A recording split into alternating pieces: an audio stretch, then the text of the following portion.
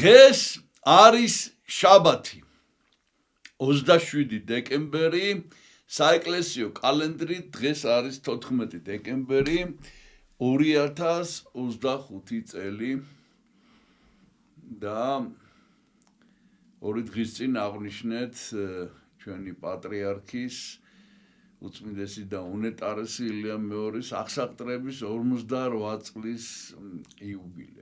48 წელი გასრულდა და რაც იმას ნიშნავს, რომ ერთი წლის მერე, ერთი წელი დაგვრჩა ფაქტიურად, ერთი წლის მერე გასრულდება 49 და დაიწყება 50-ე საიუბილეო წელი. ანუ გაიცათ ამ დროს უკვე საიუბილეო წელი დაიწყება 50-ე, რომელიც დასრულდება აი ამ მესაა ესე იგი 2 წლის შემდეგ დასრულდება იუბილეთი, ანუ უშუალოდ 50 წლის აღსაყდრების იუბილეთი და ყველას გილოცავთ, ეს არის ჩვენი ამდენი ხნის ლოცვა და ოცნება, რომ ჩვენ მასთან ერთად შევხვდეთ 50 წლის იუბილეს.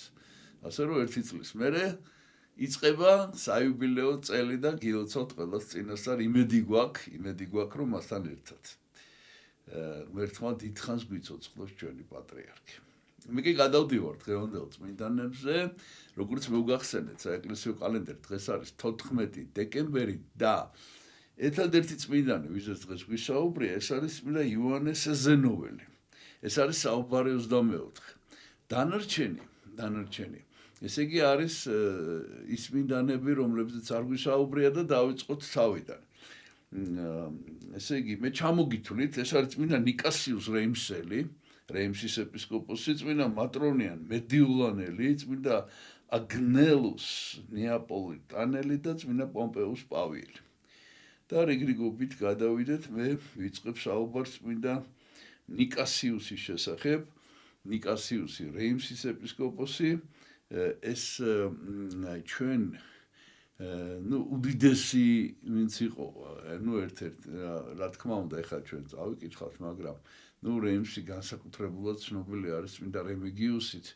წმინდა რემიგიუსით ეს არის 328 საუბარი და იქ არ წერია მის ცხოვრებაში და აქ კი წერია, რომ აი ეს რემიგიუსი ხშირად მოდიოდა წმინდა ნიკასიუსის წმინდა ნაწილებთან, საფლავთან და დახმარებას თხოვდა ხოლმე ნიკასიუსს. აი ესეთ საოცარი კავშირი არსებობს მათ შორის, ეხლა კი დავიწყოთ წმინდა ნიკასიუსის შესახებ და საუბარი ჩვენ გვექნება წყარო, ესე იგი არის წმინდა ფლოდორადი, წმინდანად არ ვიცი რამდენად არის შერაცხილი, ავტორი არის საეკლესიო ძალიან ცნობილი ფლოდორადი და რეიმსის ეკლესიის ისტორია.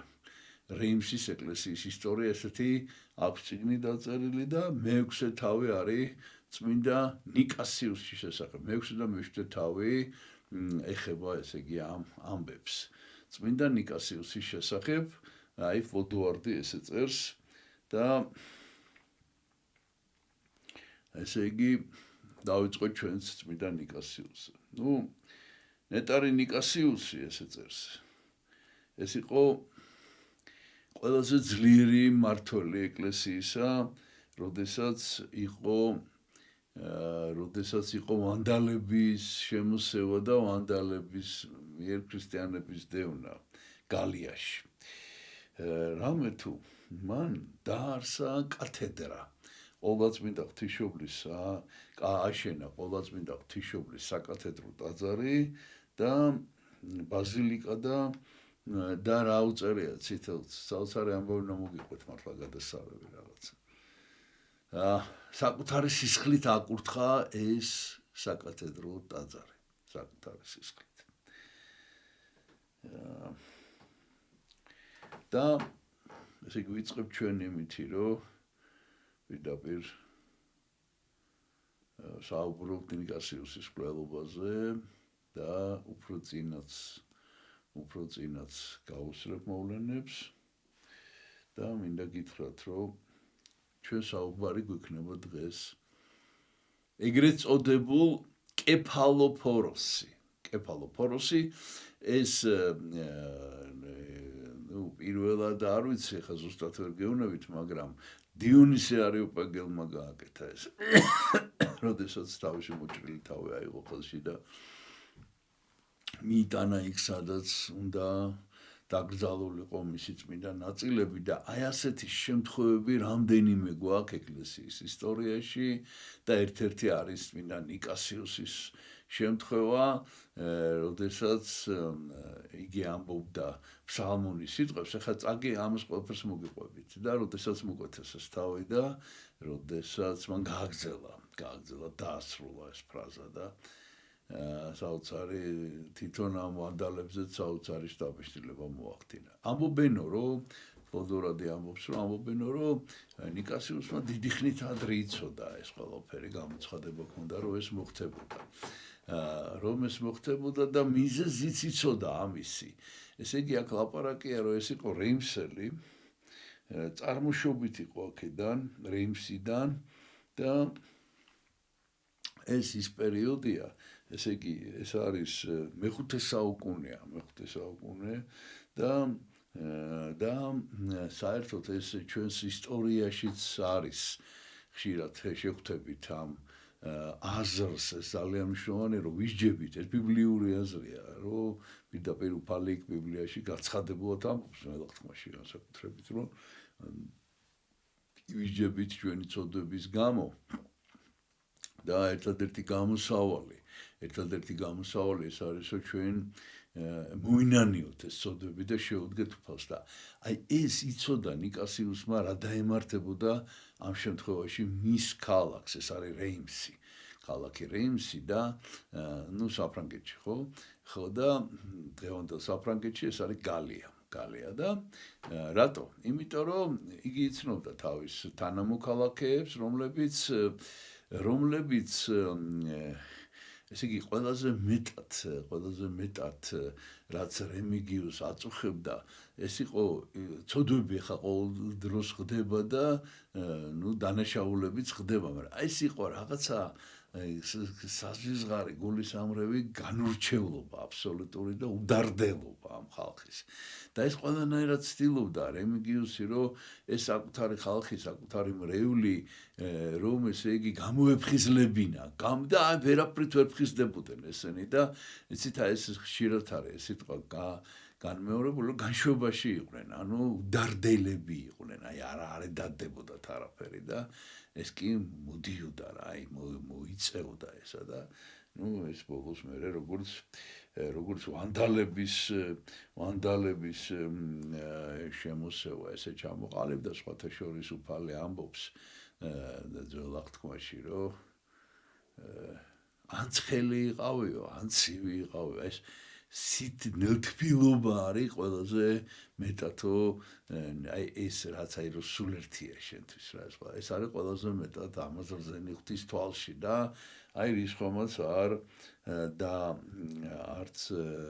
რისხომაც არ დააყოვნა და როგორ იცით რა, ზუსტად რო გითხრათ, როგორი განშვება იყო, რომ აი კარგად რომ მიგდის თითქოს საქმეები რა, ესენი ცხოვრობდნენ, რაღაცა აყვავდა თითქოს იქაურობა რაღაცა, მაგრამ აი ეს იყო ის სრული დავიწყება ღმერთის და ვითომ ესე იგი ეს ყველაფერი აი ეს რაღაც მატერიალური ეს კეთილდღეობა ვითომ ეს რაღაცნაირად შენ დამსახურება და ამაზეც რო არ ფიქრობ რა, აი კარგად ახარ რა ადამიანი, აი ეს კარგად ყოფნა, აი ესეთი რა, მოკლედ. ესე იგი ღვთის რისხომ არ დააყოვნა და ვანდალები შემოესწირა ამ მხარეს, საერთოდ გალიას დღევანდელ საფრანგეთს ვანდალები და ესე იგი ესენი რომ მოდიოდნენ, მოიწევდნენ, რა წერია ამ ვანდალებზე, რომ ანადგურებდნენ აი ყველაფერს, პოპდნენ და იცით რა, ესე იგი ბავშვებს, ესე იგი ხმლით ხოცავდნენ მშობლებს და ბავშვებს და იცით როგორ წერია, ორივე სქესის ბავშვებს, აი ეს განურჩევლად რა სქესისა. ან ხო აი რაღაცა მარტო ბიჭებს კი არა, თქვა გოგოებს და ყონდა კლავდნენ. რატო? რატო და იმიტომ რომ ეს ვანდალები რაღაცნაირი, ესე იგი, რაღაცნაირი ველური ხალხი იყო, რომელთათვისაც, ესე იგი, თავარი იყო, რომ სისხლი დაღვრილი იყო. სისხლი უყვარდათ რა, აი დახოცავს ხალხს, რომ აი კმაყოფილი რჩება, რაღაცა ნება ეთყობა ესეც და კიდევ ამას ემატებოდა განსაკუთრებული სიძულვილი ქრისტიანების მიმართ. ქრისტიანების, იმიტომ რომ მათ რაღაცა თავის ეს ბილწი რიტუალები ჰქონდათ, რაღაც ესე იგი მსხვერპლ შეწირო, რა ვიცი, ნუ მოკლედ რაღაც წარმართები იყვნენ და ეს ერთი მოწესრიგებული, ერთი ღმერთის მიმართ წვენა, ესე იგი ესენი თვლიდნენ, რომ ეს არის მათი ღმერთების შეურაცხყოფა და ამიტომ ქრისტიანებს განსაკუთრებით ერჩევდნენ. და სანამ უშუალოდ გადავალთ ნიკასიუსის შესახებ, რეიმსის ეპისკოპოსის ლოდუარდი წერს, რომ ეს იყო ის მეორეს მხრივ, ხო ეს საშინელებაა და მეორეს მხრივ ეს იყო ხანა, როდესაც გაიბრწყინვეს ადამიანებმა განსაკუთრებული გამოჩენილი ეპისკოპოსები იყვნენ, ეს ნიკასიუსი რეიმსში, ორლეანში ანიანოსი, ტროაში ლუპუსი, ტონგერნ ქალაქ ტონგერში სერვაციუსი და კიდევ ესენი ეპისკოპოსები, რომელიც გამობრწყინდნენ რაღაც ამ საშინელ დროში და კიდევ ეს ეპისკოპოსები და გარდა ამისა კიდევ სასულიერო პირები და მრევლი, მოკლედ ქრისტიანებს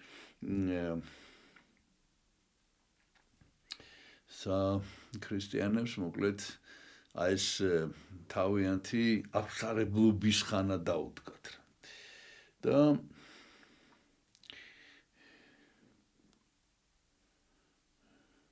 და იცით როგორი დრო დადგა? ფსალმუნებში არის, ესე იგი 18 ფსალმუნის, არა უკაცრავად იგავნი ბიბლიური ერთ-ერთი წიგნი იგავნი 18 თავის მესამე მუხლით წაგიკითხავთ, ეხლა რა ჟამს მიიწიეს უღმრთო სიღრმესა უკეთურებისას, აი უკეთურება რომ მიაღწევს რა იმ თავის სიღრმეს, ანუ თავის აპოგეას, მაშინ შეურაცხვის, ხოლო მოუხდეს მას შეურაცხებայի და ყვედრებայի, აი ეს დახვდება წინ ეს ყველაფერი, ეს თავისი უხთოება და შეურაცხება და ყვედრებայի.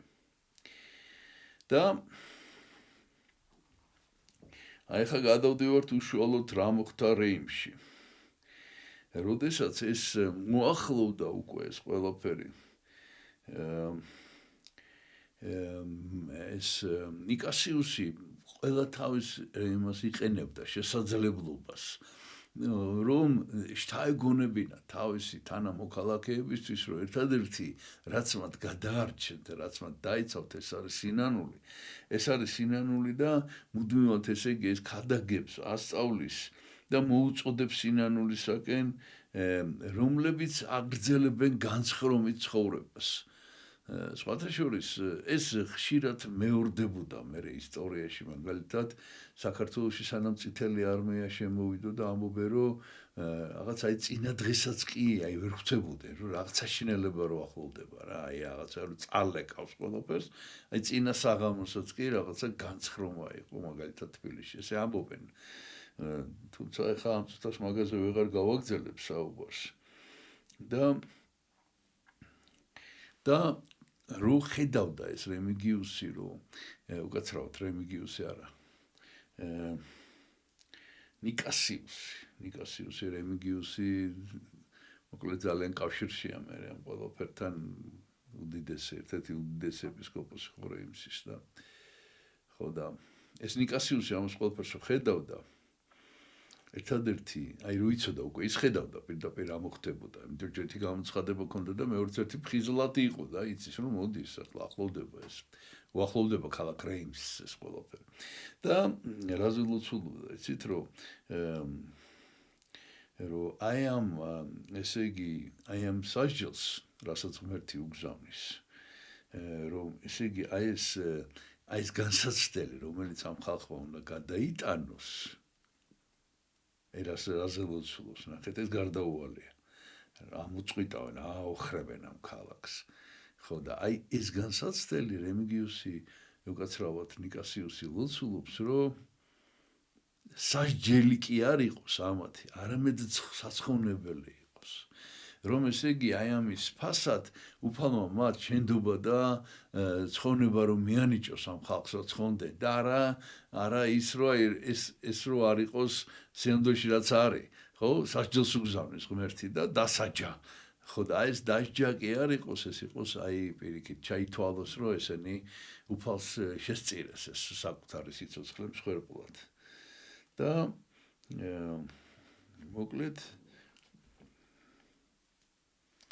მოკლედ მოვიდნენ ესენი უკვე მოსწეს, აი აოხრეს ყველაფერი და ბანაკი დასცეს ქალაქ რეიმსთან. და ნუ უკვე ესე იგი გასაგებია, რაც მოყვება ამას, უკვე მთელმა ქალაქმა იცის რა, უკვე დამთავრდა ეს განცხრომა და ეხლა უკვე იციან რომ ეს და რემიგიუს უკაცრავად ამ როგორ ხშირად ვამბობ მის სახელს. ამ ნიკასიუსმა ესეთი გადაწყვეტილება მიიღო, რომ როგორც სახარებაში არის სიტყვები მე ვარ მწყემსი კეთილი და მწყემსმა უფლის სიტყვები ამ მწყემსმა კეთილმა სული თვისი დასდვას მეგობართა თვისათვის. ესე იგი ნიკასიუსმა გადაწყვიტა რომ ეს შეეწიროს მთელი ქალაქის საფასურად რა ესე რომ თქვა მთელი ქალაქის სანაცვლოდ. და რას ამბობს იცით? ნეტარი ავგუსტინე აკეთებს მე მოგვიანებით ამაზე კომენტარს. რას ამბობს რომ კომენტარს კი არ აკეთებს ამ კონკრეტულ მოვლენაზე. ნეტარ ავგუსტინეს აქვს ესეთი აზრი, რომელიც ფაქტიურად ამ ნიკასიუსზე აღესრულა. რომ ვინც თავის თავს მსხვერპლად წირავს თავისი მოყვასისათვის, ბევრად უფრო დიდ სიყვარულს გამოავლენს, ну თითქოს ცხადია, მაგრამ იცით აი ყველაფერს თქმა უნდა, ვიდრე ის ვინც გარბის საკუთარი თავის გადასარჩენად და არაძმებისათვის. და თუ შეიპყრობენ, რომ უარს არ ეტყვის, არ უარყოფს ქრისტეს და არამედ მიიღებს მოწამეობრივ აღსასრულს. აი ეს აზრი აქვს გამდგმული ნეტარ ავგუსტინეს და რამე თუ და ეხლა ისე ფლოდუარდი თავის ფლოდუარდი თან ღვთისმეტყველია და რაღაცა ცდილობს ეს აზრების ღვთისმეტყველო კუთხით და საბუთებს და რას ამბობს ნახეთ ფლოდუარდი რომ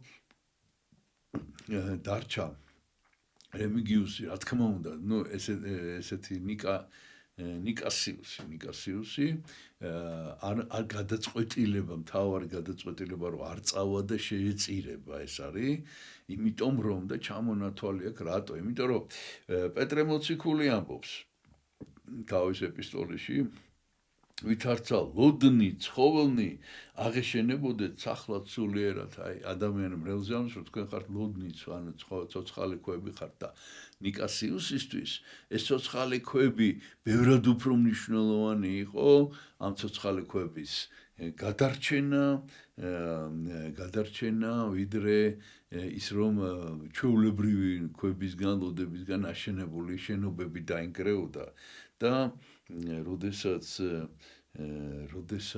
თუ ის გაიქცეოდა და თუ ის დატოვებდა ქალაქს მაშინ ამ ცოცხალი ქვები და ამ ცოცხალი ქვების განადგურება ბევრად უფრო მისთვის მნიშვნელოვანი იქნებოდა ვიდრე ის რომ შენობები ხედა ქვა განადგურდებოდა და კიდევ უფრო მეტად მას ჰქონდა შიში რომ ნაწილები ქრისტეს სხეულის ნაწილები ისე ადამიანებზე ამ რევზე ლაპარაკი რომ მისი წასვლით სულიერ საზრდოს მოაკლდებოდნენ რომ უფრო მეტად ეშინოდა ამისა ვიდრე ის რომ მისი პირადი სხეულის ნაწილები რომ იქნებოდნენ მის პირად სხეულ ნაწილებზე რომ ეს წამება ტანჯვა და წამება მოიწეოდა და ისევ სახარებიდან მოყვა სიტყვები პავლე მოციქულის არა ვეძიებ თავისა ჩემისა უმჯობესსა არამედ მრავალთასა რათა ცხონდნენ ეს არის კორინთელთა პირველი კორინთელთა მიმართ მეათე თავის 33 და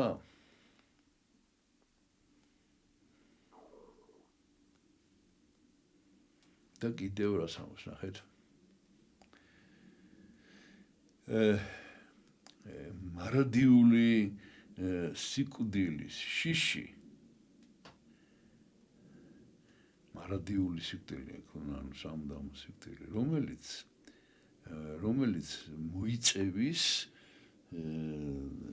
თუ იმ შემთხვევაში თუ არ ერიდები მას მაინც მოიწევა მარადილ სიკვდილზეა ლაპარაკი და თუ ერიდები მაინც ესე იგი აგერიდებ ანუ შენზე არ არის დამოკიდებული ეს ყველაფერი რა შენ რაც არ უნდა შენი თავი დაიცვა და რაღაცა სიკვდილი მაინც მოვა და თუ არ დაიცავ შეიძლება არ მოვიდეს აი რაღაც ეს კიდევ მიზეზი რატომაც დარჩა ნიკასიუსი ეს იყო რომ აი ასეთ დროს როდესაც ესეთი ძიმე განსაცდელია ქალაქი გარშემორტყმულია აი თან ხეცებით რა ხო გითხარით აი ხო ყველაზე მეტად არის ამ დროს მნიშვნელოვანი რომ ღვთისმსახურება არ შეწყდეს და რომ ესე იგი ეს ლოცვა გაეგზელებინა და კიდევ ერთხელ ესე იგი სახარებისეული სიტყვები იონეს სახარების მეათე თავიდან არის რომ არ მიატოვა თავისი ცხოვრება ვითარცა სასყიდლით დადგინებულმა მწყემსმა რომელი არ არის მწყემსი იხილის რომ გელი მომავალი დაუტევნის ხოვარნი და იუტინა ესე რო არ მოქცეულიყო არამედ ვითარცა კიდევ ერთხელ ვიმეორებ ამ სიტყვებს ვითარცა მწყემსმან კეთილმან სულით ვისი დასდვის ცხოვრთათვის იონეს მეათე თავის მე-12 მუხლები და დაიწყო ესე იგი შემოსევა ესე იგი დაიწყო ეს რა თქმა უნდა ეხა ეს ქალაქი თავს იცავს რა თქმა უნდა ესენი შემოესიენ ამ გალავანს და ალყა შიმშილია და გამუდმებული ბრძოლებია და უკვე ესე იგი ფაქტიურად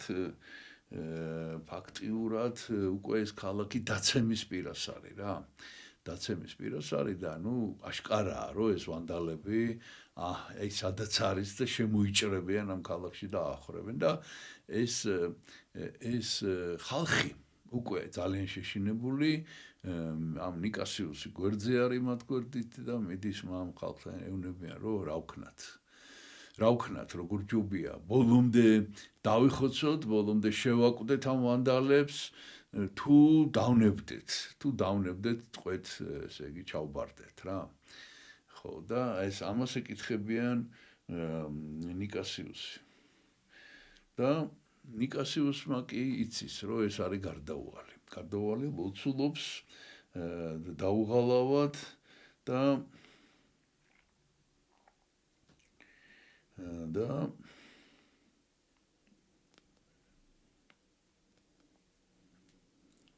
ეუბნება რომ ამ ხალხს რომ შეინანეთ თქვენი ცოდვები და ვერ თქვენი იარაღი არ გამოდგება ამ შემთხვევაში იმიტომ რომ ეს ღვთის რისხვა ამ ქალაქზე რა ღმერთმა ეს მოგვივლინა ჩვენს ხალხი და ეს არის სასჯელი ჩვენი ცოდვებისათვის და გამოსავალი არის ერთადერთი აი როგორ გადავრჩეთ ეუბნება გამოსავალი არის რომ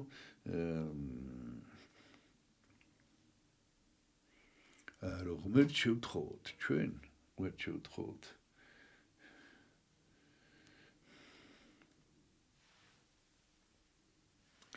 რომ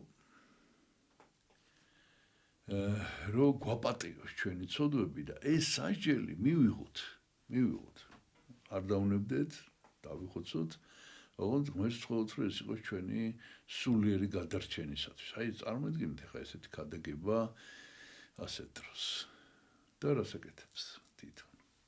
აი ეს რო აუხსნა ყველაფერი გამოდის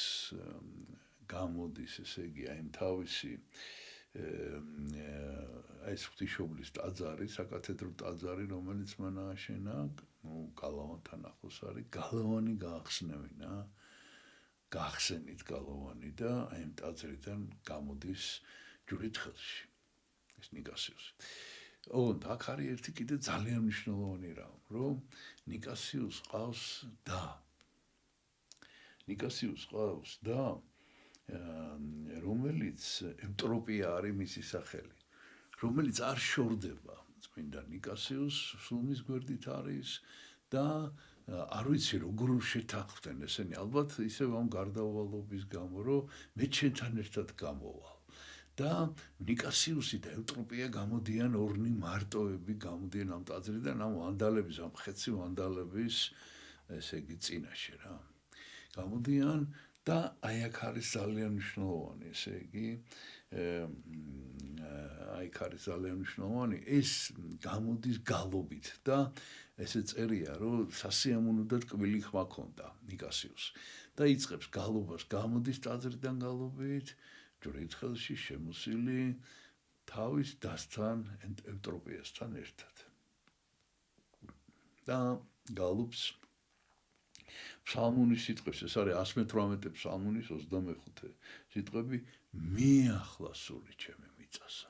და აი როგორც კი აქამდე მივიდა, ამ ესე იგი 118 ფსალმუნს გალობს, როგორც კი მივიდა, ეს ხეცები, აი ყოველგვარი შეკითხვის, ყოველგვარ დაინახეს აი სისხლი კიდე ერთი სისხლი და თან ესეთი ვინ არის, ნუ ეპისკოპოსია, ხო? ქალაქის და ეცნენ და მოკლედ ვიღაცა მეომარმა ერთმა ერთი მოქნევით მოკვეთა თავი.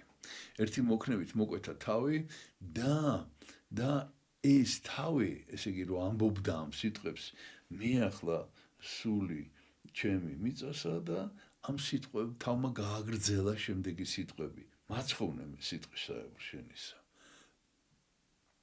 აი ხა ეს ზუსტად იქ არ წერია რომ ამ ხელში აიღო ეს თავი, მაგრამ თავმა გააგრძელა სიცოცხლე. ნუ სხვა ადგილას ხატებზე არის ეს, რომ ხელში უჭირავს ეს თავი. მოკლედ ესე გააგრძელა ეს სიტყვები. რამაც ძალიან დიდი შთაბეჭდილება მოახდინა ამ ვანდალებს. და აი ისეთი რაღაცა მოხდა, ხელასასწაული მოხდა, რომ ეს ვანდალები გაჩერდნენ და ამ ევტროპიას უყურებენ. ეხლა ნუ ცხადია რომ ევტროპიას სიმწუჩივე უნდა მოკლან, მაგრამ არ კლავენ ამ ევტროპიას, იმიტომ რომ ახალგაზრდა ქალია, ძალიან ლამაზი და ესე იგი ერთი რომ აი ამ ნიკასიუსის ამ სასწაულის შედეგად დაცხრა ამათი უნებები და მეორე, ესე იგი რომ უყურებდნენ, ამათ შორის იყო კამათი. რომ რა უყონ, ისეთი ლამაზი იყო, რომ წესით უნდა მოეკლათ, მაგრამ ისეთი ლამაზი იყო, რომ ხელი ვერ აწიეს მის მოსაკლავად რა. ეს დგას ესეთი საოცარი. უმანკოდა რომ დაინახა ეს, რომ ეს მის მას ესე მოექცენ, რა გააკეთა, იცით? იმისათვის რომ დაინახა თვითონაც ეს, რომ მას აღარ ერჩიან. იმისათვის რომ დაეჩქარებინა თავისი მოწამეობრივი აღსასრული. გაექანა პირდაპირ მივარდა ამ მეომარს, ვინც თავი მოკვეთა ნიკასიუსს და სილა გააწნა, სახეში გააწნა, ისეთი სილა, რომ აი ღმერთმა ეს ძალა მისცა ხელში და ისეთი სილა გააწნა, რომ ამას თვალები ესე უწერია ფოლდოვარდს, რომ ეს თვალები ორი თვალი გადმოსცვიდა და მიწაზე დავარდა. თვალები დააყრევინა, წარმოიდგინეთ, ისე გაარტყა სახეში. და იმ წუთშივე რა თქმა უნდა ამასაც თავი მოკვეთეს, იმ წამს რა, ეს რომ დაინახეს უცებ ესეთი რაღაცა. და მოკლედ ესეთნაირად აღესრულენ და კიდევ იყვნენ მათთან ერთად, ვინც სახელებივისთვის ეს არის დიაკონი ფლორენციუსი და ჯოკონდი, სხვადასხვანაირად ითქმება ჯოკონდი, ან იაკონდი მოწამე, რომლებიც დღემდე ინახება, რომელთა თავებიც რეიმსის საკათედრო ტაძარში ღვთისმშობლის საკურთხეველში. და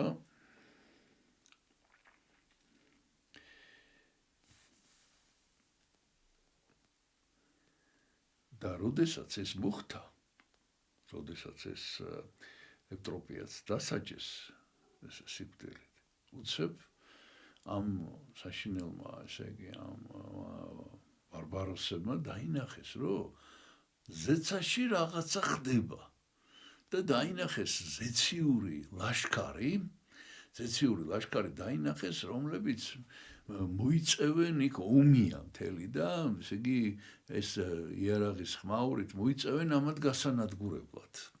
ეს ზეციური ლაშქარი და ისე შეეშინდათ ამათ, რომ ესე იგი ყველაფერი დაყარეს და გაიქცენ. ესე იგი ალაფიც კი აღარ წაიღეს. აი თავქუთ მოგლი ჯილები ისეთი შიში ზარი დაეცეთ, რომ ესე იგი მოკლედ გაიქცენ. და მიატოვეს რა იქაურობა მოკლედ, მიატოვეს. ნუ ეხლა რა მოხდა ამასობაში ეს ქალაქელები ვისაც შეეძლო მაინც გაიხიზნა ყველა, ნუ ვისაც შეეძლო. მოკლედ ეს მხარე საერთოდ გავერანდა. ერთი რომ ეს შემოსეული მტრები გაიქცენ და დატოვეს ეს ყველაფერი, მეორე რომ ქალაქი არის ნუ ცეცხლში რა ფაქტიურად და ნუ დაცარიელებულია. და ღმერთმა შეინახა, ესე იგი, მხოლოდ ის ხალხი, ვინც მერე უნდა ეს ნიკასიუსის სხეული, რომელიც კარგა ხანს იყო ესე იმ წუთშივე კი არა საშინელება ხდებოდა. ესმოდათ ღამღამობით მერე ხედავდნენ სინათლეს იქიდან, საიდანაც ნიკასიუსი და ევროპია და ნუ ეს მოწამეები იყვნენ. და ესმოდათ ხმა. გალობის ხმა როგორ იცით, რომ ესმოდათ მაინდამაინც იმ ადგილიდან და ესმოდათ ზეციური გუნდი ანგელოზების როგორ ამ გალობას როგორ იმეორებდნენ და ხმას როგორ შეუწყობდნენ, ესე იგი შეხმატყვილებული გალობა ესმოდათ მოკლედ აი მოწამეების როგორც ეს ნიკასიუსის სიკვდილის წინ გალობდა და ეს ხმა ესმოდათ და ესმოდათ ანგელოზების დამატებითი კიდევ და ბოლოს ჩამოვიდნენ ესენი ასეთი ესე იგი გამოვიდნენ სამალავებიდან და სევდანარევი სიხარულით. დიდი სიხარულია. აი ესეთი საოცარი ესე იგი მათ თვალწინ დიდი სასწაული მოხდა ღვთისა და ესენი მოვიდნენ ამის სევდანარევი სიხარულით, რომ დაესაფლავებინათ და ეს სხვა მოწამეები შესაბამის ადგილას დაასაფლავეს, ესე უწერიან ფლოდვარდ ქალაქთან, ქალაქში და ამათი სხეულები კი საზეიმოდ გადმოაბრძანეს ტაძარში, წმინდა აგრიკოლას ტაძარში, რომელიც ამ ხარის პრეფექტი იყო ადრე, ცოტა ადრე, ფლავიუს ვალენტუს იოვინი, ესე იგი რომის მაგისტრი, რომის მიერ დანიშნული მაგისტრი და შემდეგ მოგვიანებით ამ ტაძარს წმინდა ნიკასიუსის ტაძარი ეწოდა, იმიტომ რომ ამ წმინდა ნიკასიუსის ტაძარში, სადაც ესენი დაასაფლავეს, უამრავი დაიწყო საოცარი სასწაულების მოხდენა, ესე იგი ეს უძლურების გამოჯამთელება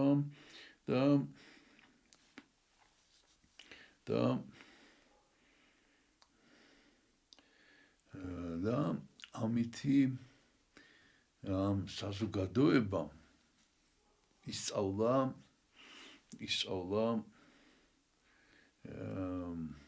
მათი საშუალებით როგორ ელოცა და ღვთისადმი როგორ მიემართათ. და როგორც მოგახსენეთ, აი აქ ამ წმინდა ნიკასიუსის ტაძარში მოდიოდა ხოლმე წმინდა რემიგიუსი მოგვიანებით, რომ სულიერადაც მიახლოებოდა მას და ასევე ფიზიკურადაც თხოვდა დახმარებას და გაძლიერებას. მაგალითად, ესეთი რამ არის ცნობილი, ჩვენ გვისაუბრე ამაზე, რომ როდესაც რეიმში მოხდა ხანძარი, რემიგიუსი პირდაპირ აქ მივიდა ამ ტაძარში და ნიკასიუსს თხოვა დახმარება და ის დაეხმარა და არ ვიცი როგორ, მაგრამ კვალი დატოვაო ქვის კიბეზე. რემიგიუსმა ქვის მარმარილოს საფეხურებზე დატოვა თავისი კვალი. ნუ კიდევ ერთი თავი აქვს ფლოდოარს მიძღვნილი ამ ამბებისადმი მოგვიანებით აღწერილი აქვს სასწაულები რომელიც ამ ტაძარში ნიკასიუსის ტაძარში მოხდა მაგალითად ერთხელ მოვიდნენ ამ ნიკასიუსის დღესასწაულია ეს დღევანდელი დღე არის 14 დეკემბერი და მოვიდნენ საძმო მოვიდა არ წერია ხო საიდან მონასტრიდან რომელიღაც მონასტრიდან მოვიდნენ რომ აქ ამ ტაძარში აღასრულონ ღვთისმსახურება და მოვიდნენ წინა საღამოს და დახვდათ ტაძარი და კეტილი ვერაფრით ვერ აკაკუნეს ვერ გააგებინეს ვერავის ვერ გააღეს მერე წავიდნენ შორი ახლოს მღვდლის სახლი არის მღვდლის სახლი რომელშიც ნუ მღვდელი მაინც გააღვიძონ ესე იგი რომ მოვიდნენ არა და ნუ ის არის ღამისთების ლოცვა უნდა ჩატარდეს რა და ვერაფერი ვერ გააგებინეს ვერც იმას რა და ნუ რა უნდა ეკნათ და მოbrunდნენ ისე და ხედავენ რომ ტაძარი ღია სანთლები და კანდელები ანთებულია ყველაფერი აი გამზადებული და მოვიდნენ და დაიწყეს უკვე ღამისთების ლოცვის აღსრულება და ცოტა ხანში მღვდელიც მოვიდა გაოგნებული რა თვითონ ეს მღვდელი რომ აი ვინ გააღო ეს ტაძარი იმიტომ რომ ნუ აბსოლუტურად იყო ყველაფერი ჩარაზული და ჩაკეტილი და ესეც სამღვდელი შეუერთა ამ საერთო ღამისთების ლოცვას და კიდევ მოგვიანებით ერთ-ერთი ეპისკოპოსი ნიუაიონის გვერდზე ქალაქია ჩვენ ვიცით ძალიან დიდი ეპისკოპოსი ელიგიუსი ნიუაიონელი რომელმაც არ ვიცი აქ ეს ფლოდოარც შეიძლება არც იცოდა რომელ ეპისკოპოსზეა ლაპარაკი მაგრამ გადმოცემა იყო ესეთი რომ ერთ-ერთმა ეპისკოპოსმა აი წამოიღო ეს წმინდა ნაწილი ამ ნიკასიუსის ნაწილი წმინდა ნაწილების და წააბრძანა ნიუაიონში და შემდეგ მოგვიანებით ტურნის ციხესიმაგრეში შამპანის რეგიონში და ეს ადრე ერთი და იგივე ეპარქია იყო და მოგვიანებით კი ნიკასიუსის და ევტროპიას წმინდა ნაწილები რეიმსის არქიეპისკოპოსმა ფულკო 893-9 წლებში იყო რეიმსის ტაძარში გადმოაბრძანა და რომის პაპ კალისტუსის წმინდა ნაწილებია იქა ჩვენ ამაზეც ნასაუბრები გვაქვს როგორ მოხდა იქა და აი აქ დააბრძანა იმათ გვერდზე და დღეს მოკლედ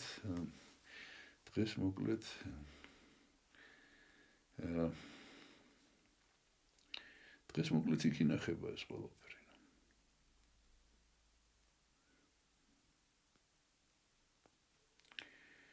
ნუ ამითი ჩვენ ფაქტიურად ამოვწურეთ ცოტა ხნის წინ ჩატარდა რამდენიმე წლის წინ არქეოლოგიური გათხრები და ამ რეიმსის კათედრალის ადგილას აღმოაჩინეს დაახლოებით მე-5 საუკუნის პირველი ესე იგი ამ პირველი ტაძრის ნანგრევები რომელიც რომაული აბანო იყო იქ თბილი წყლებია და მოკლედ აი რაღაცას ეხლა მე გაჩვენებ თქვენ ეს არის რეიმსის კათედრალზე რეიმსის ტაძარზე აი ესეთი ერთ-ერთი ესეთი ბარელიეფია და ხედავთ იქ მეომარს ხმალი უჭირავს გონი ცოტა მოდეხილი აქ იმას თავი და ეს არის მუხლებზე დაჩოქილი ნიკასიუსი და აი ნახეთ უკან უდგას თავისი და ევტროპია რომელმაც სახეში სილა გააწნა ამას ხოლო აქეთ არის ამისი მოჭრილი თავი როგორ გალობს აი ეს არის გამოხატული ნუ კიდევ ესე იგი ამ რეიმსის კათედრალზე არის კიდევ აი ესეთი ქანდაკებები ეს არის შუაში არის ნიკასიუსი მოჭრილი თავით ხელში აქეთ არის ევტროპია და იქით არის თავარანგელოზი არის გამოხატული და ბოლოს აი ესეთი ეს გვიანდელი 21 საუკუნის გამოსახულება ეს არის ესპანეთში აი ეს არის მინდა ნიკასიუსის ახალი ხატი ეს და ნუ რა შეეხება წმინდა ნაწილებს წმინდა ნიკასიუსის გაგვეჩნია ის უპატარა ნაცეცები ხე გაჩვენებთ ესეთი ეს შეგვეციოს მისი მადლი და მე გადავალ ახლა და მოგითხრობთ შემდეგი წმინდანის შესახებ ეს არის წმინდა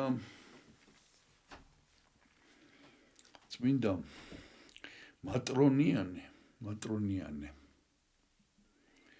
ეს არის მედიოლანელი განდეგილი მე-4 საუკუნეში ცხოვრობდა მედიოლანი ანუ მილანი ბევრჯერ გვითქვამს და ეს განდეგილი რომელიც ცხოვრობდა ეხლა მის შესახებ თითქმის არაფერი არ ვიცით ძალიან ესე იგი წყარო ამისი არის მოგვიანებით მისი ცხოვრება აღწერილი ცხოვრებაც რა ეხლა მოგიყვებით რაც ეს არის გალვანო ფიამა არის ავტორი და ქვია ქრონიკები დიდი ქრონიკები ესე ქვია დიდი ქრონიკონ მაიუს დიდი ქრონიკები თუმცა მერვე საუკუნეში უკვე მოხსენებულია ეს ესე იგი მედიოლანის ესე იგი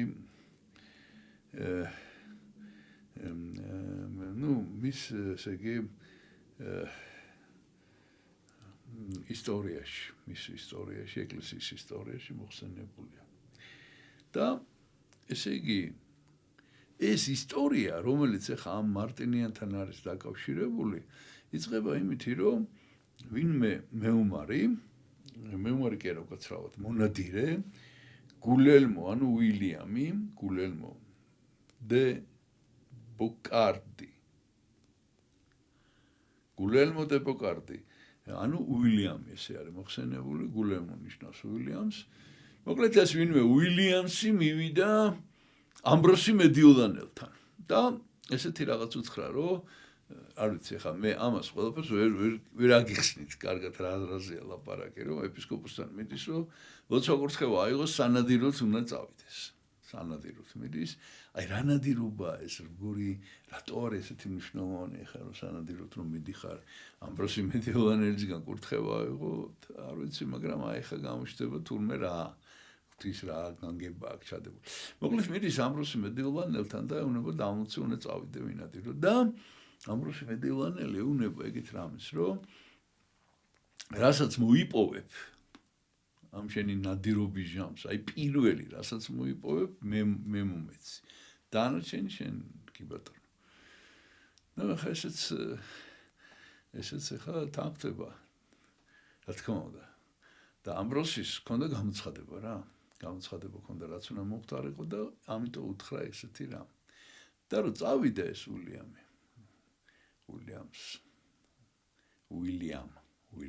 ალბათ ეს რომ წავიდა სანადიროთ მოკლედ ნუ იქ მთელი ამბებია თავის აღლებით რაღაცა დიდი ნადირობა ეთყობა და რაღაც ადგილას აღლები გაჩერდნენ აი ხო არიან დარბიან ყეფენ რაღაცა და გაიტრუნენ ეს აღლები რაღაც ადგილას მიშტერებიან მიწას რაღაცას და ეს რომ მივიდა იქ და დაინახა მივხვდა რომ მიწაში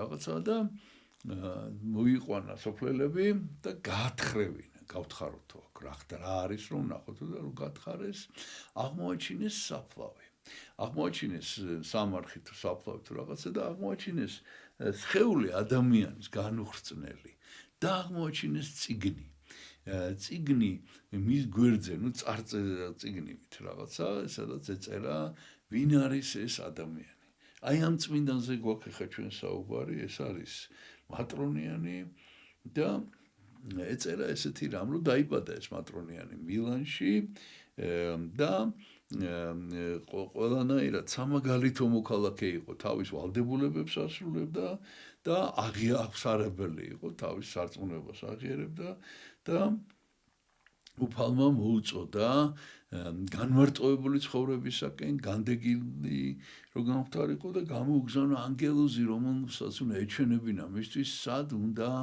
განმარტოვდეს და ეს ანგელოზი ამ ანგელოზს ყოველდღე მოქონდა მისთვის საჭმელი ეს ცხოვრობდა განმარტოვებით ანგელოზს მოქონდა საჭმელი და სიკვდილის წინ უკვე რომ მოიწია ჟამი აზიარა ამ ანგელოზმა ქრისტეს სისსა და ხორცს. და უკლეს წერია ეს მოკლედ წერია ეს ყველაფერი ამ წიგნში. და ну, რა თქმა უნდა, ეს დიდი ზეიმი შეიქმნა უილიამმა თავისი მსახურები გაუგზავნა ამბროსი მედიოლანელს, რომ აი შენი სიტყვები აღსრულდა და მე მომაქვს შენთან ეს პირველი მონაპოვარი და გამოვიდა და დაიძრა ეს პროცესია მილანისკენ და ამბროსი გამოვიდა თავის სამღვდელოებასთან ერთად შესახვედრად და რომის კარიბჭე, ესე ქვია, მილანის შესასვლელს აიქ დახვდნენ და დაიძრა ეს შეერთებული პროცესია, დაიძრა ქალაქის ცენტრისაკენ და რაღაც ადგილას, ესე იგი, ეს ურმები გაჩერდნენ, რომელსაც ეს წმინდა სხეული მოქონდა და აღარ იძვრიან.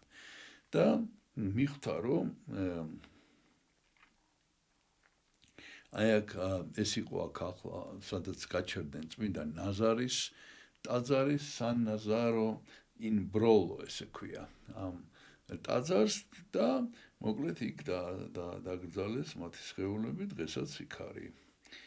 სხეულები კი არა, იმ სხეული ამ მარტინიანის, ეხლა მე თქვენ გაჩვენებთ, ერთადერთი აი ეს მე-15 საუკუნის ფრესკა შემორჩენილი და იცით როგორ წერია, რომ აი ღვთისმშობელი არის მე-15 საუკუნის და ეს მარტინიანე გვერდზე ის კი მე-16 საუკუნის ფრესკა. მეტი არაფერი არ აქვს შემორჩენილი და აი ესა, აი გამარტინიანეს გაჩვენებთ გადიდებულს.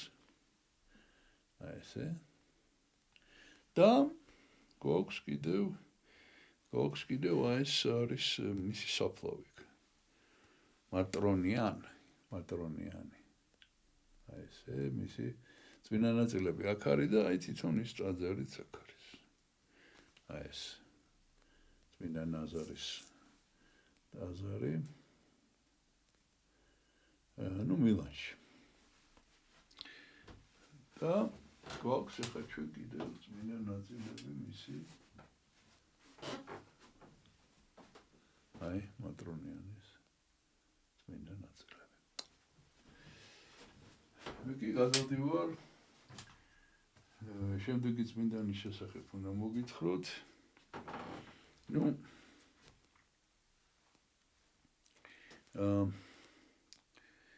ესე იგი, შემდეგი წმინდანის სახელი არის ეს არის 590 თუ 604 დაახლოებით მისი გარდაცვალების ქვია აგნელუს ან ანიელო იტალიურად აგნელუს ეს აგნელუს სიტყვა აქ არის მთელი ამბავი მოკლედ ამ ერთ სიტყვაში. აგნელუს ეს არის აგნოს დეი ეს ცნობილი საგალობელი არის საეკლესიო ეს არის ტარიგი ღვთისა აგნოს არის ცხარი და აგნელუს არის ბატკანი. ეს არის ბატკანი რომელსაც დედა მოწოდა მას ეს სახელი და უწოდა შემდეგი მიზეზის გამო. ესე იგი, ეს იყო ცოლ-ქმარი, რომელიც ცხოვრობდა ნეაპოლში, ესენი ნეაპოლელები არიან და წყაროც ძირითადად საიდანაც ვიცით, ეს გვიანდელი არის შედარებით, მე-10 საუკუნეში აღწერილი არის libellus miraculorum. ეს აღწერა პეტრე იპოდიაკონმა ნეაპოლელმა, რომელიც განიკურნა ამ აგნელუსის წმინდა ნაწილებთან, თვითონ სასიკვდილოსენით იყო განიკურნა და ესე იგი 22 სასწაული კიდე აქ აღწერილი აი ამ თავის წიგნში და აღწერილი აქ მოკლედ ამ აგნელუსის ცხოვრება. მოკლედ იყვნენ ოჯახი ფედერიკი და იოანნა ერქვა დედას და არ ეძლეოდა ჩვილი და ძალიან ბევრს ლოცულობდნენ და ტაძარი იყო ძველი ნანგრევების ადგილას აშენებული. გაჩვენებთ ამას ბერძნული ნატაძრალი იყო, იქ იყო ეს ტაძარი, ამათმა მერე შეამკეს ეს ტაძარი ცოლ-ქმარმა და აქ ევედრებოდა ყოვლადწმინდა ღვთისმშობელს და ერთხელაც ერთხელაც ლოცვის დროს ივანამ გაიგონა აშკარად გაიგონა ხმა და რომ მიაყურა და ეს იყო ღვთისმშობელი გამოეცხადა, ღვთისმშობელის ხმა გაიგონა და ღვთისმშობელმა უთხრა, რომ შენი თხოვნა შეწყნარებულია, შენ გეყოლება შვილი, რომელიც მე ძალიან მეყვარება. ღვთისმშობელმა უთხრა ესეთი რაღაცა და მართლაც გავიდა რაღაც დრო და ეყოლა შვილი ამ იოანას და აი მაშინ უწოდა მან სწორედ ეს სახელი აგნელოს, ანუ ბატკანი. და პირველი სასწაული აღესრულა, ეს პირველი სასწაული ეს იყო, რომ გაუჩნდა ბავშვი, იმიტომ რომ არ უჩნდებოდათ. და იმედიც არ ქონდათ, მაგრამ მეორე სასწაული იყო, რომ 50-მეათე დღეს დაბადებიდან ბავშვი მიიყვანეს ამ ტაძარში.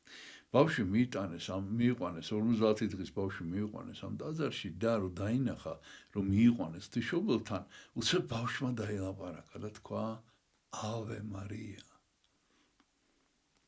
გიხაროდენ ღვთი მარია. ავე მარია და ეს ბავშვი გაჩნდა მერე და სანამ აი ბავშვი რო ლაპარაკს იწყებს, იმ დრომდე აღარაფერი აღარ უთქვამს. აი უბრალოდ ეს ერთი სიტყვა თქვა.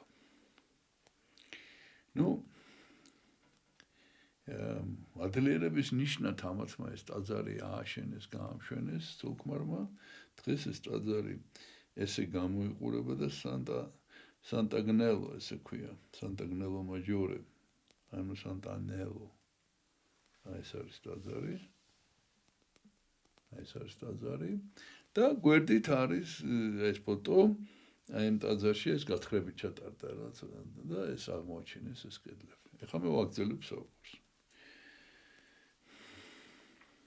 როდესაც ცოტა წამოიზარდა ეს ბავშვი,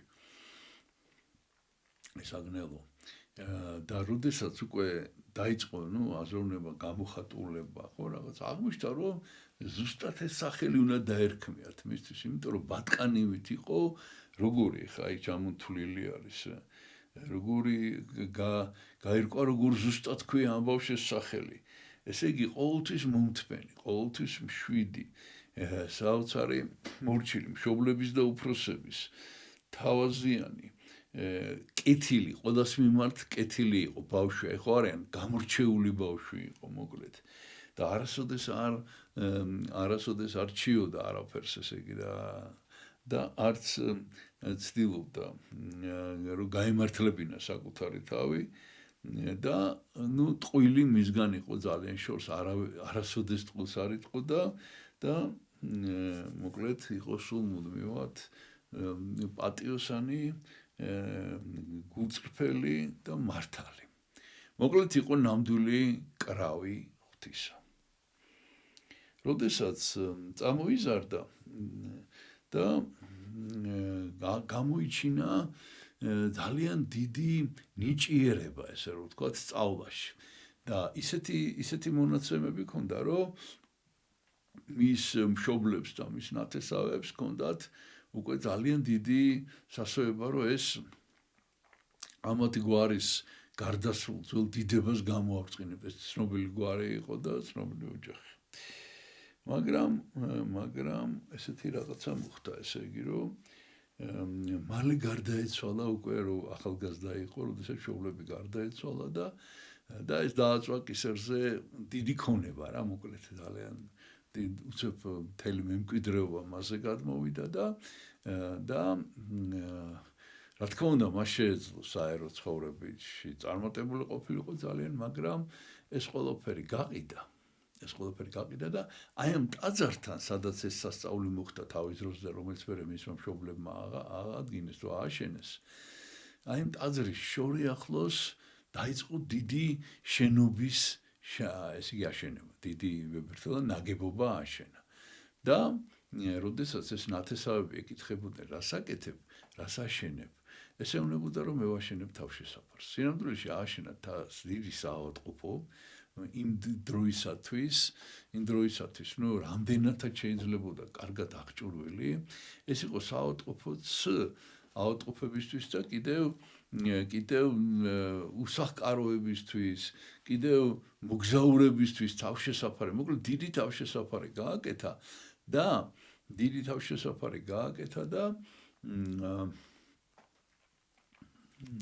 დაიქირავა საუკეთესო მომვლელები, დამხმარეები, მედდები და ძალიან კარგად უხდიდა მათ ფულს, მაღალი ანაზღაურება ჰქონდა, რომ ამათაც ხალისი ქონოდათ, რომ დამაქსიმალურად ეშრომათ. ასევე საუკეთესო ექიმები და საუკეთესო, რაც შეიძლებოდა მაშინ, ესე იგი, სამედიცინო მომსახურება, ამ ექიმებსაც ძალიან მაღალ ფულს უხდიდა და მოკლედ რაღაც არაჩვეულებრივი გააკეთა საავადმყოფო და ხშირად თავისი ხელით მიყავდა იქ პაციენტი, ვისაც იპოვიდა, ვისაც დახმარება ჭირდებოდა და ძირითადი მისი საქმიანობა იყო, რომ ლამის ესე იგი იქ ცხოვრობდა ამ საავადმყოფოში და თავისი ხელით უხველდა ჭრილობებს, თავისი ხელით, ბანდა, რა ვიცი, ყველაფერს, მოკლედ ულიდა ამ ავადმყოფებს, როგორც ესე წერია, როგორც მზრუნველი მამა ავადმყოფ შვილს რომ მოულის. და კიდევ საუკეთესო აფთიაქარები დაიქირავა, რომ წამლები გაეკეთებინათ. მოკლედ რაღაცა არაჩვეულებრივი და ღმერთი ლოცავდა ამას, რა თქმა უნდა, მაგრამ აქაც საოცარი ამბავი უნდა გითხრათ ახლა. საოცარი ამბავი რა. აქაც ვიღაცები გამოჩნდნენ, ვისაც შურდა ამაში ნათესავები ძირითადად. და არაკეთილმოსურნეები რა მოკლედ, რომელიც აი ამის გამოვლინებისათვის ძალიან ნიშნებოდნენ ხოლმე და ერთხელ ესეთი ამბავი მოხდა. მოკლედ ამას ყავდა ვიღაც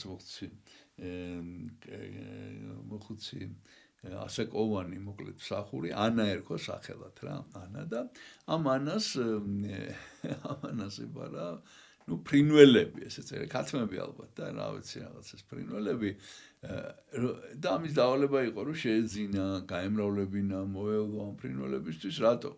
რომ ამ ავადმყოფებს ჰქონოდათ საჭმელი რა. რაღაცა ისე მოაწყო, რომ თავისთავად ავტონომიურად რო ეარსება ამ საავადმყოფოს, რომ დამოუკიდებლად არსებობა შეძლებოდა ყველაფერი ამისთვის გაუკეთა და ეს ანაც მოკლედ ამ ქათმებს ამრავლებდა რაღაცა და ერთხელ მოხდა ესეთი ამბავი რა, რომ ეს ქათმები დაიფანტენ სადღაც, გაიქცენ თუ რაღაცა ღია დარჩა კარი, არ ვიცი რა მოხდა, მოკლედ გაიფანტენ და ესე იგი ამისმა ნათესავებმა აგნელუსი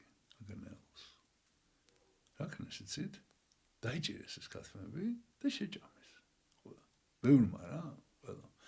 აი ამ შურის თუ რაღაცის გამოსახატავად. უბრალოდ შეუჭამეს ეს ქათმები და არა და ეს ქათმები კაცო ამ გავატოფებისთვის არის გაკვეთნილი და ამის იმედზე არიან და რაღაცა და მოვიდა ეს ატირებული ეს ანა რომ ესე უთრაინს ესე შემონაცება შეჭამესო და ამან უთხრა რომ იცი რა არა უშავსო წადი ხა ნათესავებთან ჩამოიარეო და უთხარიო რომ გადაიხადონო რა ამ ქათმების ფულიო და ახალი ვიყიდოთო რა მოხდა. წავიდა ეს ანა მოკლედ ამ ნათესავებთან, იმათმა დაცინეს რაღაცა გამოაგდეს, შეურაცხყვეს შენ რაღაცა ესეთი ჩვენ რა ვიცი თქვენი ქათმები და რაღაცა ესე ცუდად მოკლედ. მოვიდა უთხრა. ეხლა თვითონ ეს წავიდა და დაიარა ეს ნათესავები და უთხრა რომ ზისავრა იქნება ეს ქათმებიო დაგვიბრუნოთო, ფული გადაგვიხადეთ, ღმერთმა შეგარგოთო თუ შეჭამეთ, მაგრამ გადაგვიხადეთო ეს ფული. არაო იმათმა უთხრეს, რას ლაპარაკობო, რა ქათმები ჩვენ არაფერი არ ვიცითო რა. წარმოდგენა არა გვაქვს რაზე ლაპარაკობო და თან ესე აი როგორ იცით როგორ ეუბნებიან, რომ თან დაცინიან. რა ქათმები, რის ქათმები ხა რაღაცა და ამან უთხრა ესეთი რამ. რომ იცით რა. მე ამ ქათმების შესახებ ანასგან კი არ შევიტყვეო. მე მქონდა გამოცხადება. ღმერთი გამომეცხადა და მითხრა რომ თქვენ ეს ქათმები შეჭამეთო. ამიტომ ეს ქათმები დაგვიბრუნეთო აუცილებლად რა და ერთ-ერთმა ნათესავმა რა გააკეთა ეს. ისეთი სილა გააწნა სახეში. აგნელუს რომ კბილი ჩაუმტრია. კბილი ჩაუმტრია რაც ისე დაარტყა სახეში. და ამან ეს რა თქმა უნდა მოითფინა ეს ტკივილი. რა თქმა უნდა ხელი არ შეუბრუნა და არაფერი და უთხრა რომ იცი რაო მე კი შემიძლია მთელი გულით ეს ყველაფერი გაპატიოთ, მაგრამ მე უმეშინიაო რომ ღმერთი არ გაპატიებთ ამასო იმიტომ რომ თქვენ მისი მსახურის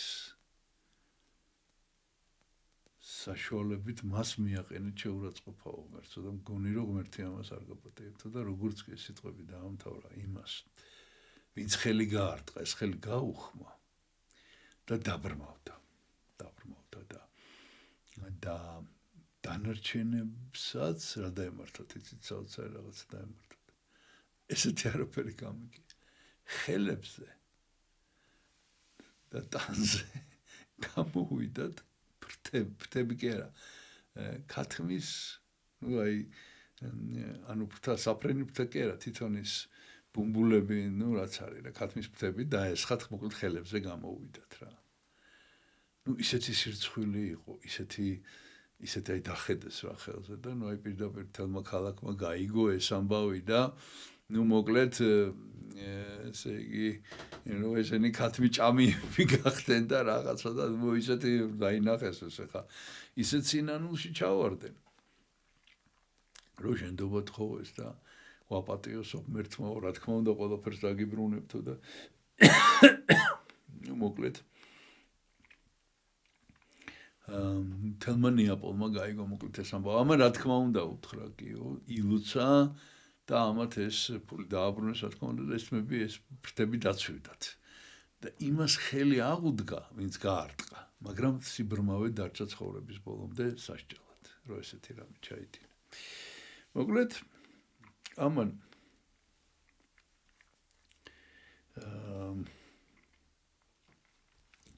კიდევ ესეთი რამ არის ორჯერ მოხდა ეს ჯერ მისი ცოცხლში მერე გარდაცვალების მერე ლანგობარდების შემოსევა იყო 591 წელს და ეს გამოვიდა ნუ ეს თან მე აღარ მithქვამს მოძღვარი ღვდელია რა უკვე და გამოვიდა და ერთხელში უჭირავს ქალაქის დროშა გვიანდელი გამოსახულებაც არის ამას გაჩვენებს ქალაქის დროშა უჭირავს და მეორე ხელში ჯვარი და ეს ჯვარი გადასახა ამ ლანგობარდებს და ისინი გაიქცენ ქალაქი გადაარჩინა და ამან ნუ კიდე უფრო და მე კიდე ერთხელ მოხდა მისი გარდაცვალების შემდეგ რომ გამოეცხადა და გადაარჩინა შემოსევას ქალაქი და ამან კიდე უფრო მეტად განამტკიცა სასოება მის მიმართ ქალაქ ნეაპოლში და ერთხელაც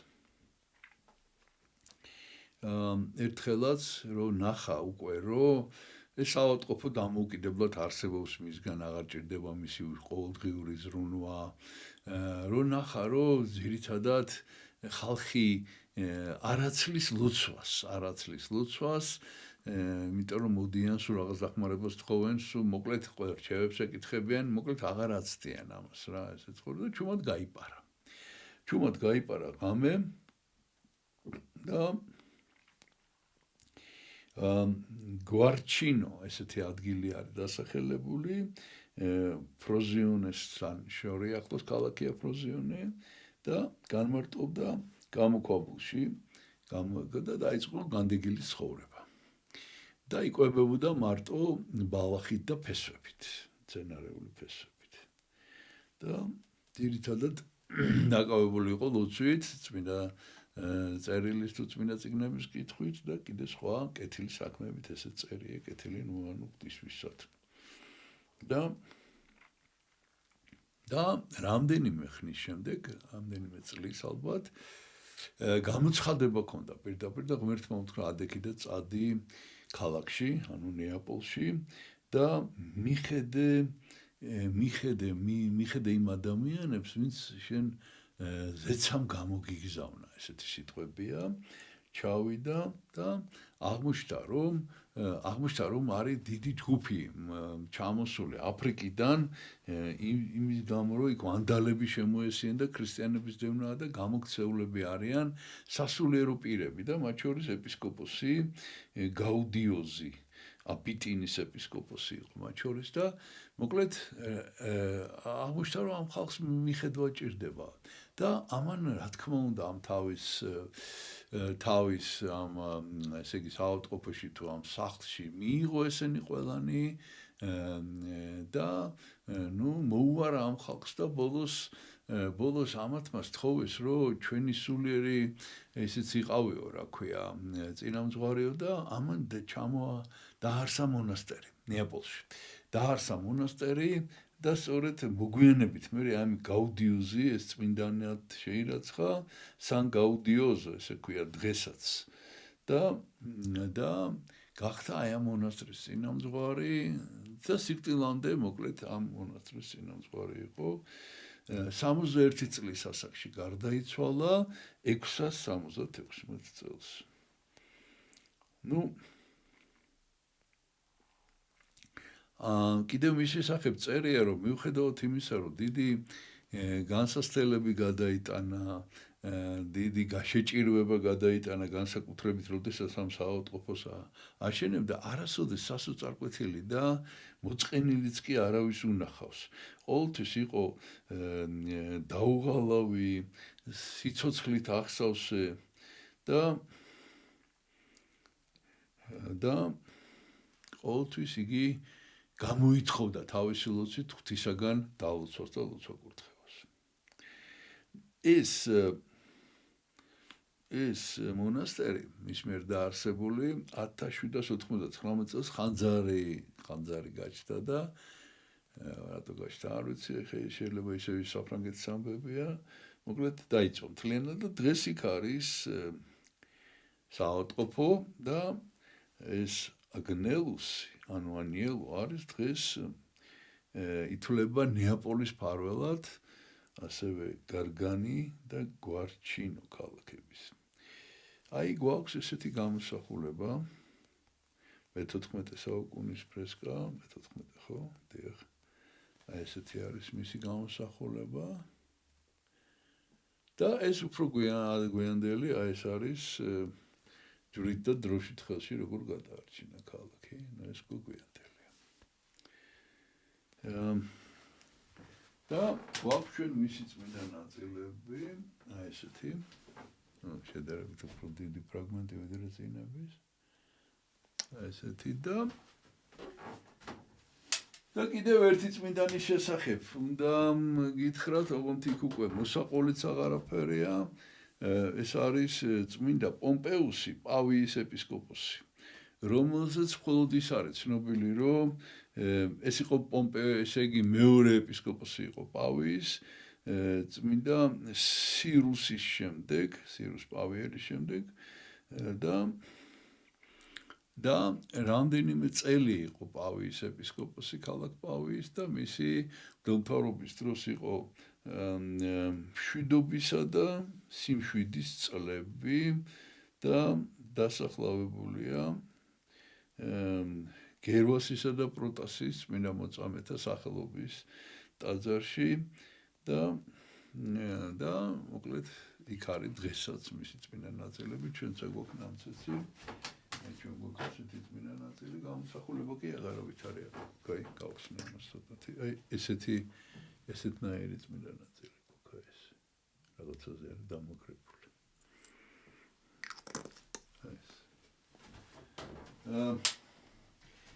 მე კი ამით დღეს დაგემშვიდობებით შეგვეციოს ამ წმინდანების მადლი და შეგახსენებთ, რომ დღეს არის 14 დეკემბერი საეკლესიო კალენდრით, საერო კალენდრით კი არის 27 დეკემბერი და დღეს წმინდა ივანეს სეზენოველზე არ ვისაუბრეთ, იმიტომ რომ 24 საუბარში ყავდა ნახსენები და მოგიყევით დღეს წმინდა ნიკასიუს რეიმსელის, წმინდა მატრონიან ბედილვანელის, წმინდა აგნელუს ნეაპოლელის და წმინდა პომპეუს პავიელის შესახებ მე კი ამითი გემშვიდობებით ღმერთმა დაგლოცოთ ჩვენთან არს ღმერთი